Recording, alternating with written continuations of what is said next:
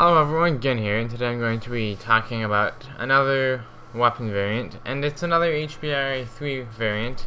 Last time I talked about the lead launcher and I didn't like it, but today I'm going to be talking about an elite weapon, an elite variant, and no, it's not the Insanity. Sorry, I don't have that. It's the Bare Fist.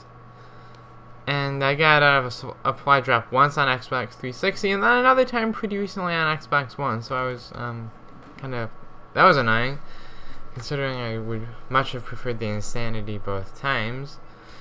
Alright, so let's talk about the benefits.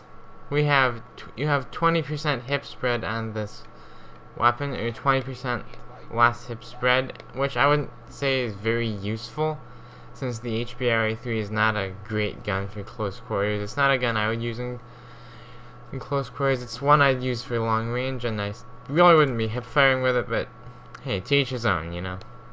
And if you're in a close quarters fight with this, or against your will, and you don't have time to aim down your sight, you could pretty easily hip fire and kill the guy 20% easier than normal.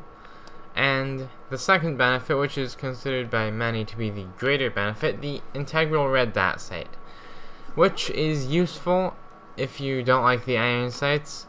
You can unlock the red dot sight for the normal HBR, the average Joe, really any variant you want to use them on, or you can just use them on the Bare Fist. If you like the iron sights, this probably won't be the most helpful, but if you're neutral towards them or hate them with a passion, which I must say I don't fall into that camp, I don't mind the iron sights. You've got to admit, a red dot sight is less obtrusive anyway, even if you like the irons. And this lets you use the red dot sight immediately when you unlock the HBRa3, obviously.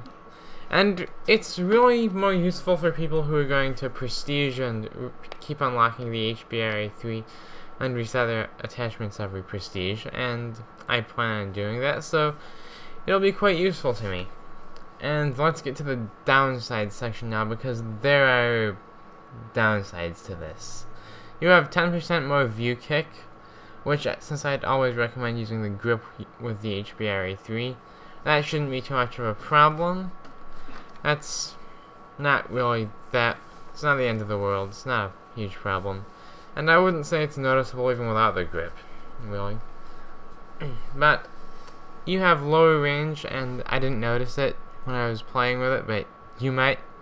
And it's a full auto assault rifle, so it is not the end of the world, I think. You can just slap advanced rifling on it, even if you didn't. It's not like the ARX-160 or the IMR. On the ARX-160, that'd be a deal breaker, but I don't think so on the HBR. So I'd recommend that you use either 2 or 3 attachments with this, including the built-in one.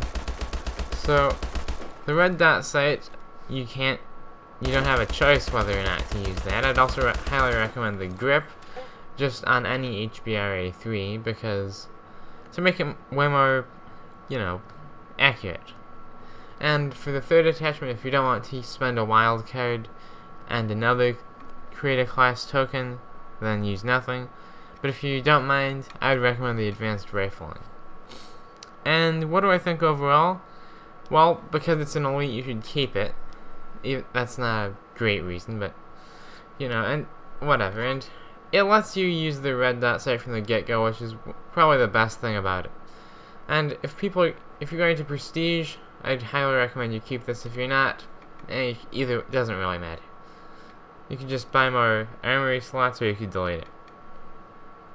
It really doesn't change too much, because the statistics on most gun variants, I'd say, are not that radically different.